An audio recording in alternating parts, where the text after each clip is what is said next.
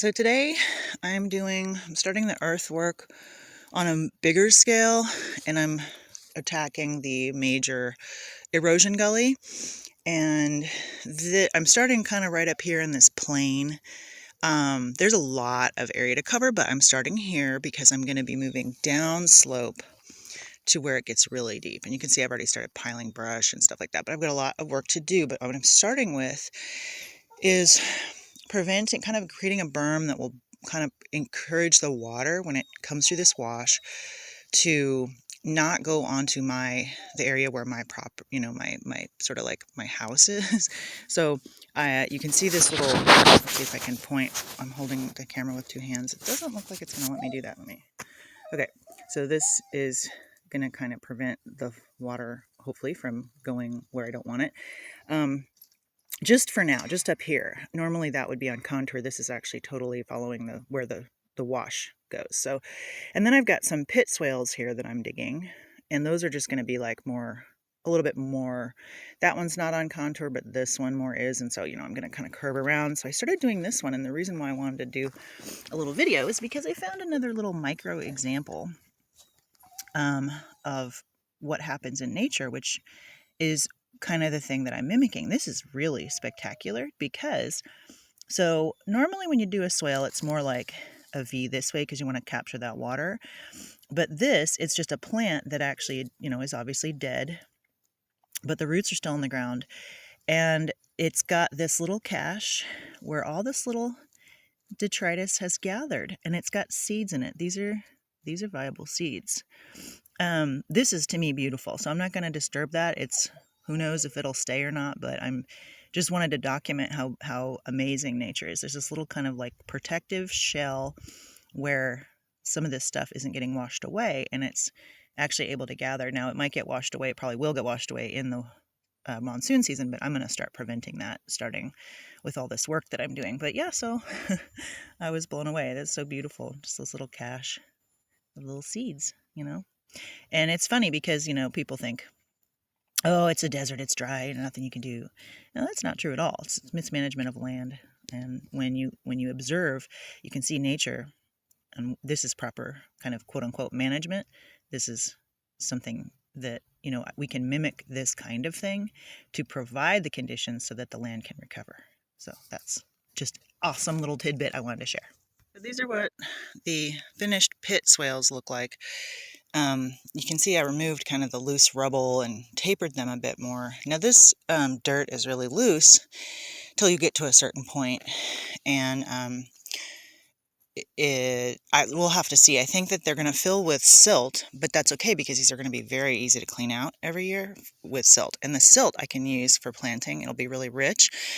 It'll probably have animal droppings in it and leaves and all kinds of good things. So I plan on just doing some silt cleaning every year and then using that silt for planting. So, but this is just what I think they should look like. They need to be kind of tapered and gradual. So I'll walk up on each of these to show you. It's not an exact science. This isn't perfect. It's fine. This is a lot more tapered, and then you got, more pitted one. It's fine. It's really not meant to be, this is kind of like science. It's an art.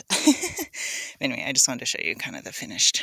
You can see this a little better because of the shadow. It's really hard usually to capture swales on film. I've never been able to do it until now. So I did a little miniature gabion. I'm combining what Bill Mollison says with what an African farmer that I found said he did. The African farmer did a single row of rocks, but he didn't say what size, or the people who were writing about him didn't say. I forget his name. I'll have to get that. Go look it up. But I was able to find these rocks on my road, and they're probably in the 3-inch range, maybe 4-inch. And the biggest one might be 6 inches. And I used some for a fire pit, which I haven't used yet. But then I'm piling brush up slope of that upland so that silt will catch in here, and seeds and stuff can be sown in this silt bed that I'll create. And then the brush obviously will help slow down the water and filter the water too. And then, you know, I need to clean out this debris from the construction, but I used a rake to pull. You can see how bad it was, but this is all just like construction debris. They just killed a lot of plants when they came in and built my structures and stuff. And I was able to save a tree, but most of it's just like shrubs, or I don't see any real perennials, but some cactus. But yeah, so this will be a little gabion, and I think I'm going to use some stakes because it's so minor. The rocks are so small, and I have so few rocks right now.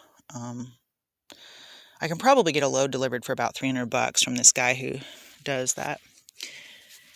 And but I can also get them free at this place I was told about by some local contractor kind of sub guys.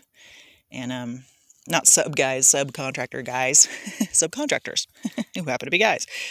But just to like anchor it a little bit.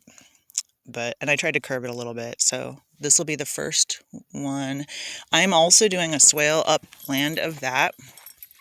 I'm just going to put infiltration swale across the channel.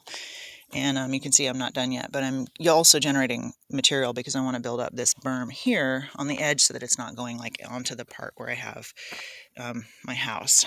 So anywho, I'm doing my first real earthworks today. As I dig today, as I begin the earthworks on the road, I have this to keep me reminded of why I'm doing what I'm doing. This is what I call the patch. I'm going to try to call it the patch. It's almost very odd, but it was a really bad one, so I didn't buy. I got my land instead, which I'm the biggest drainage to create that patch, to make it green and grass over your head and everything. My property actually has the biggest outlet. So right over here, this is my big main gully, erosion gully's outlet point. And if you follow it right across the road, it's where all the green starts. And it goes all the way to the patch. So I'm going to stop that, and I am beginning today. It's going to be a lot of work. I'm doing it by hand. I might hire somebody if this gets old. But this is my inspiration. So I should capture some before and after. This is what I've done just today, maybe like 45 minutes or an hour. But you can see that my property doesn't have the road shoulder swale that most parcels do. Now, the downslope doesn't have as much. It's been eroded away. But most of the parcels on this, where they border this side of the road, have a nice, I think it's created by when the road grader comes, and they grade the road and they push things to the side, and there's this big berm that's created, and then there's this natural swale. Well, my property doesn't really have that, as you can see.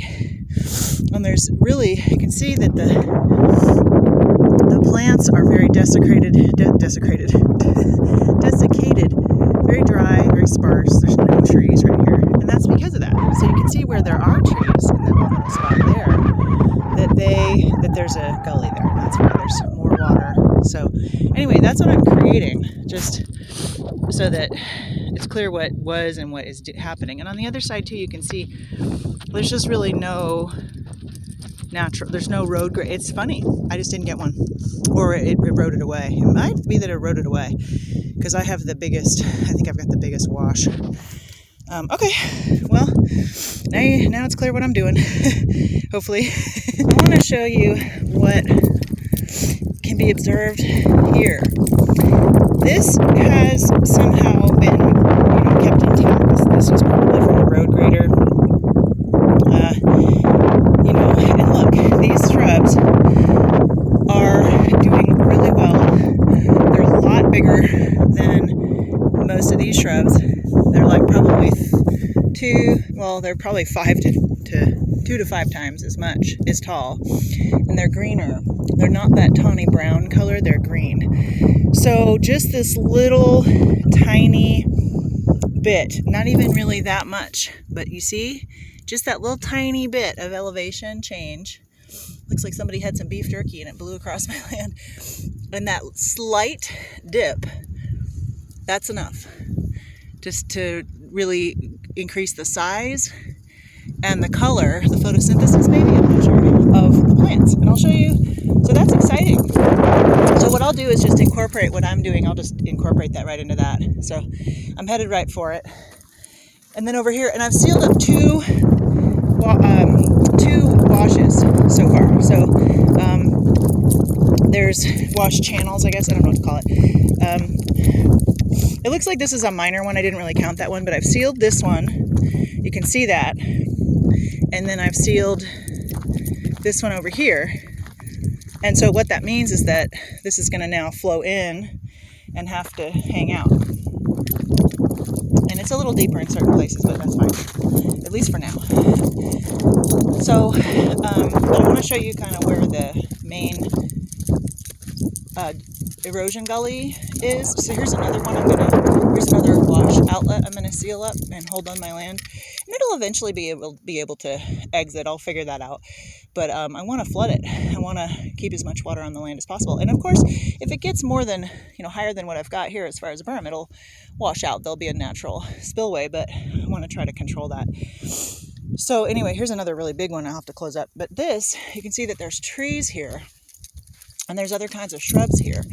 This is a different type of mesquite, I'm pretty sure, than the one that I find everywhere. I really like this one. It's graceful and delicate and beautiful. Very small spines. But this is the main erosion gully right here. And you can see it's trapped some cardboard that blew away and something else. But this is where most of the water is leaving my property and coursing over, and you can see the green. You can see that color change.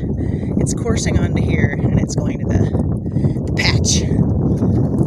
So I'm going to seal that up, and there's a bunch of other things I'm doing upland out of this. It's not just sealing. But you can see I'll have a lot of work I have to do to kind of carry on that work and seal all these different openings. But even in these little spots where there's a little bit of a road, greater berm, look how big this shrub is, right?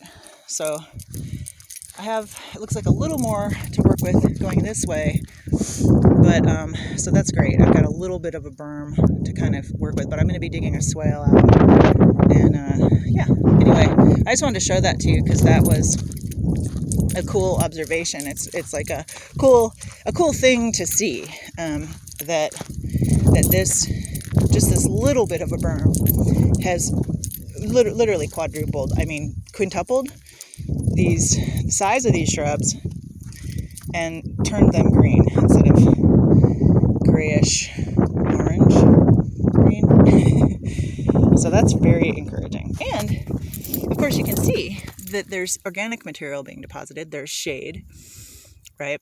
So there's an opportunity here with really much more concerted effort and seeds and stuff like that to really do a lot, which is what I'll be doing. So very exciting. Don't know how far I get today, but that's how far I've gotten so far. Something. Oh, it's another nice warm day. We've had a series of like 86, 89, I think, days with no wind. Wonderful. And then, so what I'm working on today is not because it's hot, but just it's on my calendar and I have enough energy to do it. I haven't been sleeping the last 3 days because of interruptions. Last night it was the water pump that got installed by my contractor. He keeps trying to like make it work, but it's just not. I told him today I want a water pump. I want it to be replaced with something that doesn't have issues, because this one's been leaking, and it was leaking all night long. It turned on like 6 times, like every hour or 2 hours. It would turn on and wake me up. So I didn't sleep well. And I came outside and it was leaking water. A lot of water inside the shed, inside the battery shed, and outside the battery shed. Who knows how much water? So I told him that I want him to replace that, and he has acquiesced. I'm paying him a lot of money, so I want something that works. Anyway, so I'm a little cracked out, but I got my coffee, and I have some energy. So I'm going to do this today, and this is the technique that I borrowed. I'm borrowing from this farmer in Africa. I have mentioned him before and can't remember his name because I haven't looked in my notes. But he did a single layer of rock, and he just put it across the water flow, which is what I've done here. You can see kind of up the driveway. Maybe you can see that where it's kind of coming down. The driveway runs that way. But this is just one of the places I'm going to experiment and see. Now I have a very small rocks. These are, just to show you the scale, these are pretty small, right? So I personally don't feel like these are going to stay in place. I think they're going to get washed away. And the reason why I think that is because I look at like different parts of the wash and you can see these little pebbles that are being strewn. And I think these pebbles are probably being moved. Just like in a natural wet river, this ephemeral quote unquote creek that I have running across my property, it's really a wash or an erosion gully with many, many braids. It's going to deposit stuff like that on its banks. But so that I see that happening, you can see, there are pebbles, but those are really a lot smaller, obviously, than what I have. But these are pretty lightweight rocks still. So I don't feel comfortable. Maybe I don't want to waste my rocks, right? It took a lot of work to get these rocks. I hand gathered every rock that I'm using. So I don't want to lose them to, the road when the monsoon comes. So what I'm going to do is do a little bit of a gabion, I think. It's not going to be probably a traditional type of gabion. I've never made one, but as I understand it, they're a little more beefy. But I'm just going to use some chicken wire and I'll wrap the rocks and then I'll anchor the chicken wire, maybe just in a couple places, maybe 3 places, because this is a pretty wide run that I have. And that's going to make me feel a little more at ease about these rocks staying in place. And they're not really meant to stop anything. They're not meant to stop the water. They're meant to trap silt, and then seeds can be planted upstream of that silt, so they can kind of grow in that silt. There's a lot of other things I'm doing, as I've mentioned in other videos, but this is just something I wanted to share with you because part of this is, really just experimental, trying all these techniques on the ground.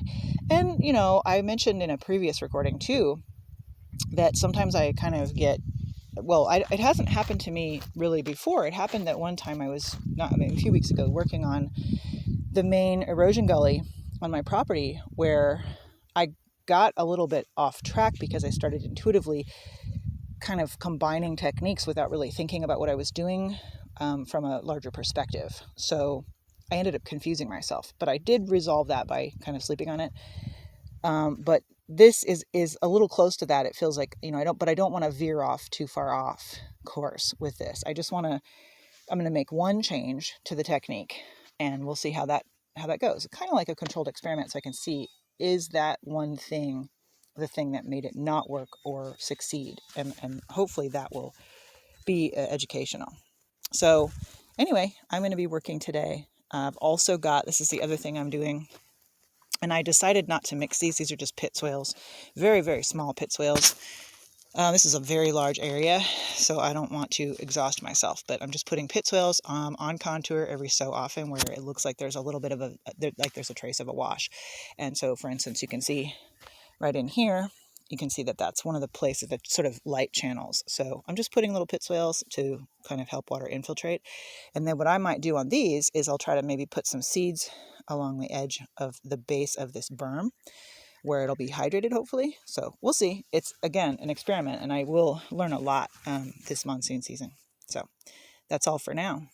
I am preparing planting holes to do the water boxes for the trees I bought.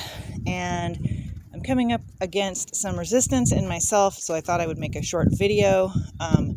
The instructions that I got online are pretty detailed and pretty clear, and they basically, the first step is you dig the holes, and then the next step is you have to pour 5 gallons of water into them. If this were sand, it would be 10 gallons, so it'd be worse if it were, but this is clay, so I'm digging down this like 6 inches, 8 inches, whatever, and then I'm going to have to dump water into these holes. This is a lot of water. I currently have about 1,800 gallons of water just on hand. So, I'm fine, and I can get more water. I'm going to get more water soon anyway, and, it'll probably rain soon, and I'll get even more water. But it's just, for some reason, I have some resistance to this. I think I'm happy to pour water on plants, which I do, but dumping it into an empty hole is a little hard for me. However, the instructions say that it's the day after that, so tomorrow, what you do is you mix the soil around to open up what, quote unquote, the capillary action of the dirt.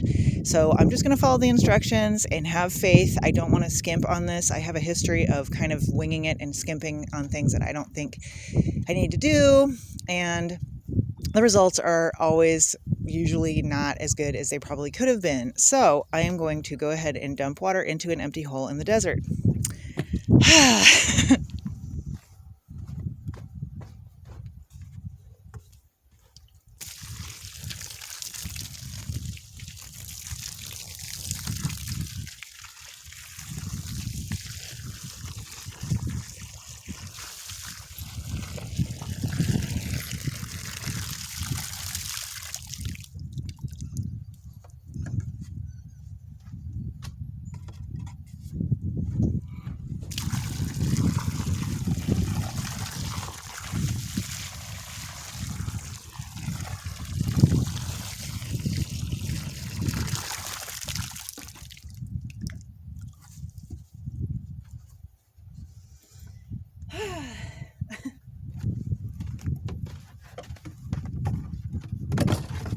been probably 15 or 20 minutes since I poured water in this first hole, and it's now finally sunk all the way in.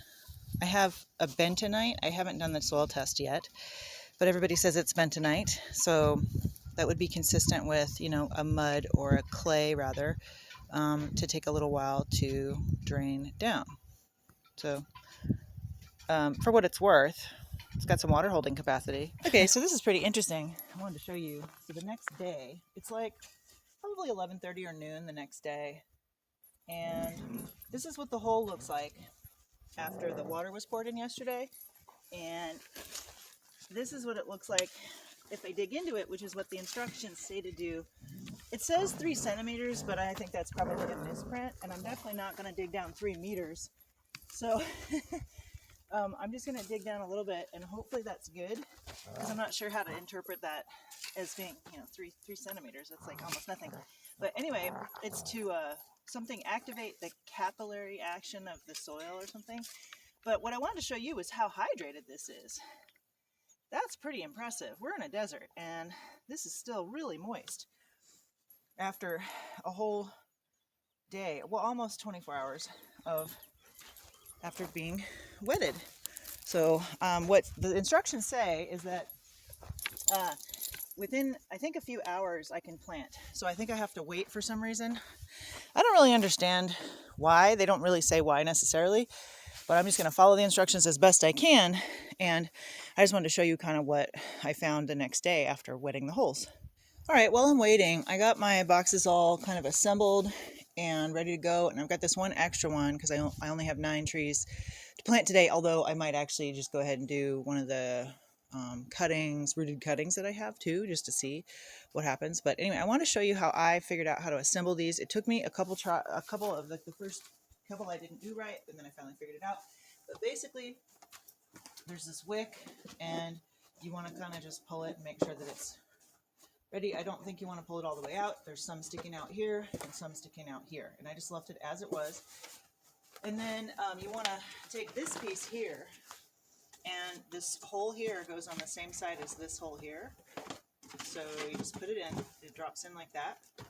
And then this piece, again, that hole's on that side, same side. And what I found is helpful is pressing in, because there's these little ridges here that fit in to these little holes right here. So what I found, the way to get these to kind of go in, because it's kind of tricky, is you kind of like press them both in, so that you can kind of slip these things on at the same time. Because if you just do one, then you have to like lift it up again. Okay, so they're in there, you can kind of see. And I'm not clipping them in yet because I'm gonna do that when I get ready to plant. And then what you do, and I wasn't really sure because the instructions aren't clear like which way to put these, but I guess that you put them the narrow end down. So that's actually correct, I think, because basically, and I realized after a couple tries, a couple boxes, that if you push it all the way down, that's where it goes all the way in and it fits, and that's how I know. That's how I knew that that was probably how it was supposed to go. And then with this, if you put it in and then you turn it, it'll kind of lock in, and then you can turn it, you can open it again. And then this is going to be over like that. And then I bought these separately. It was hard to get these, but I finally got them. And these are the tree protectors, and they go over the tree. So I'm putting everything together like this, and then I'm walking it like this. It's really easy to carry it like this and hold everything together, because it does get a little windy out here. And then I can carry it to where I need to go, and then I'm putting a little rock on top of it, so I'll show you that.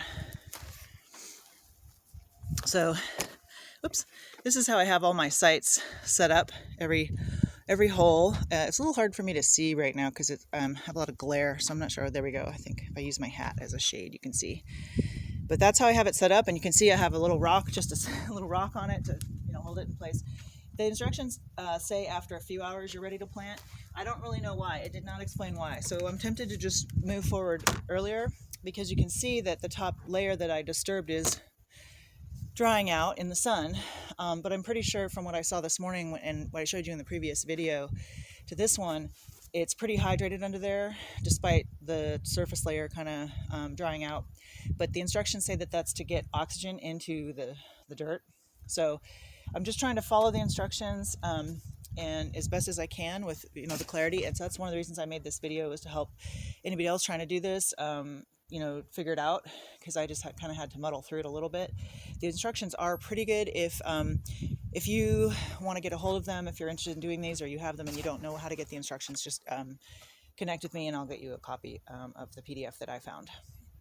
But that's pretty much it. I'm going to kind of hang out and do other things maybe for another hour, because I have a lot of things I need to do today. Actually, I've got to take my car to the mechanic and yada yada. So I don't have a ton of time, and you know, I don't think I need to wait like super long. But and then of course I got to then plant all these, which is going to take some time. So anyway, I'm going to go find something else to do and let this sit for maybe 45 minutes, even half an hour, because I've been working now for probably half an hour on getting all these set up. And you can kind of see let's see if I can raise this. Oh, maybe you can already see, but you can kind of, hopefully, there we go. You can kind of see where I have got them all set up kind of. And then I've got, so these are going to be the fruit. This is going to be the fruit area out in this general area. And I'm going to do a circular swale, I think, to just catch all runoff or block all runoff when the monsoons happen. So it all just kind of stays in this area.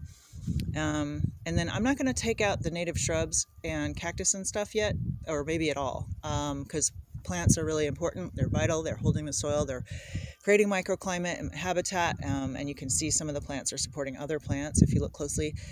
So I'm going to leave those. And then after these trees get to where they actually have a canopy and are producing shade, it probably will transition a little bit. I don't think that these creosote bushes like get harmed by shade. But you know, it will be a different thing for them. But I'm not going to like pull all these out. I'm just going to interplant among them. And then I'll be also doing ground covers and shrubbery and perennials and stuff too. But for now, this is the really big deal. It's the fruit trees. So this will be my little beginnings of a fruit orchard. And I've got 2 pears, an apple. I've got a, what do you call it? A pecan. I've got a plum. And then the 3 non-fruit trees I got are it's a red bud and a silver maple and a red maple, which apparently, according to the woman who sold me these trees at the nursery, who used to live down here.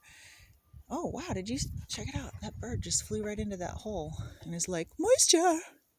It went behind the box now. That was neat. I've never had a hole that was wet before. But I don't know if you can see, but that bird is right on top of the water box. He's like, what are you doing? And I have been attracting birds like mad lately. Maybe he'll find my little, my bird feeder in my little bird bath as well. Which is, I don't know if you can see it. It's really hard for me to tell what you can see. Okay, let's see it. You can't see it. Let me set this down. I have to use my hat as a shade over the camera. Let me raise this. Okay, there we go. So theoretically, you should be able to see that. Maybe not. Sorry, it is so unclear. But if you can see, it's like right out there. There, I have it on a post, like an old piece of wood that I found. But anyway, the birds have really been totally coming to my property. They are loving the bird feeders, and my reward is not only beautiful bird song, which it can get kind of quiet out here sometimes, which I like, but it's like, I love that bird song, but they're also spreading seed for me, hopefully. Hopefully they are as messy as the birds that I attracted in Altadena. It took me a year to attract the birds in Altadena.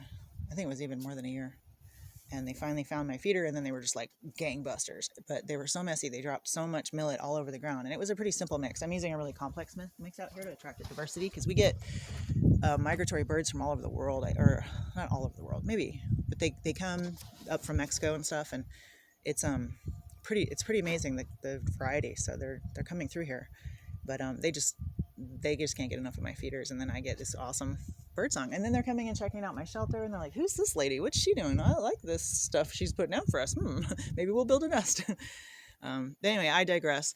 So that's that, and I'll show you in maybe an hour what I'm gonna do when I'm planting.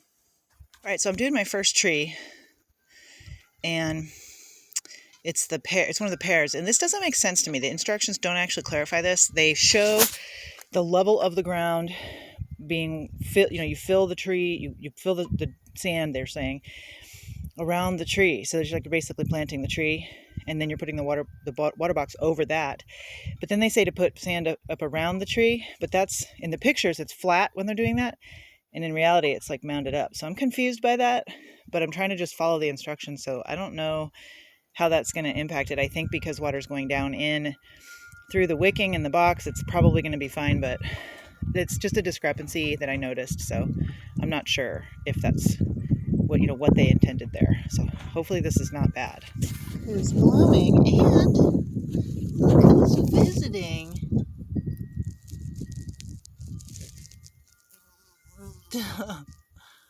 That is so awesome. This is called a horse crippler, I think, in the common lingo. Pretty burly, but really beautiful. Apparently they're rare. I have this specimen here. My contractor did a different turnaround for me based on the presence of this particular individual cactus. Oh wow, look how deep he's in. He's just like in heaven. He's like doing bling. Bees are so cool. Flowers of bees. It smells good. I can't really get my nose down in there without falling over. Nope, I don't smell anything. Doesn't mean it doesn't smell though. One would not want to fall on this. Quite rigid spines. The ones you really want to be careful of, as far as I understand, realistically, are these, because they actually grow roots in your flesh. If you can believe it or not. Why be worried about space aliens when there's cacti growing on Earth that can grow roots inside human flesh? I know this because one of my acquaintances out here had a dog that got one, and he didn't see it in time, and when he pulled it out, the tip of it, which so of course the tip goes into you, it sprouted roots, a root system in his dog. Anyway, this is a pretty neat cactus. And I have two other ones. One of them I'm not sure if it lived because I found it, the contractors had just ripped it off of its root system. I think, unwittingly, of course. But still, brusquely. Yay! That's awesome. That bee was so loaded with pollen. And I just plopped it in the ground next to the other one I found. And now, so I think I have two more. But we'll see. This one's totally amazing. And I'm so excited that it's freaking blooming. And there's another totally loaded guy. How cool. This is it. I think this is the first day it bloomed because you can see they're not quite all the way open yet. And then yesterday I think I walked by and it was poking up like one of those. So pretty neat. Check out this awesome mesquite. Look at all these pollinators. Holy moly. There's like multiple different, there's like a gigantic wasp thing, and then there's like little yellow bee looking things, there's gray bee looking things, there's little blue butterflies. Holy crap. Awesome. What a great place. You have to play music. Well, thank you. But you know what I mean? We haven't done it yet. I just wanted it. I did. You built this. Okay. I have mixed feelings about Abby. You had They're hard to make people. Sometimes it doesn't Wow, man. We wouldn't be here if it weren't for you. Okay, so He's done it all right and wrong compared to some other governors. And Sandy At this point, I'd vote for him again, but, 4 years you know, ago, we'll see. and we The best guy should be that spoke out all along and during I the was like, pandemic oh, was let's that. He was very vocal on his and that and right then on the end I every was sitting time. on the corner where Even the bed is. said, we ain't putting up with that shit.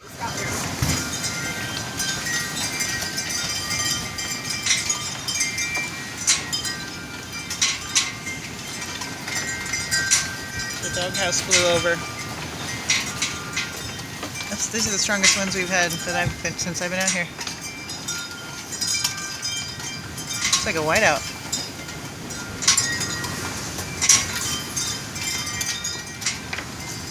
I should probably close the door.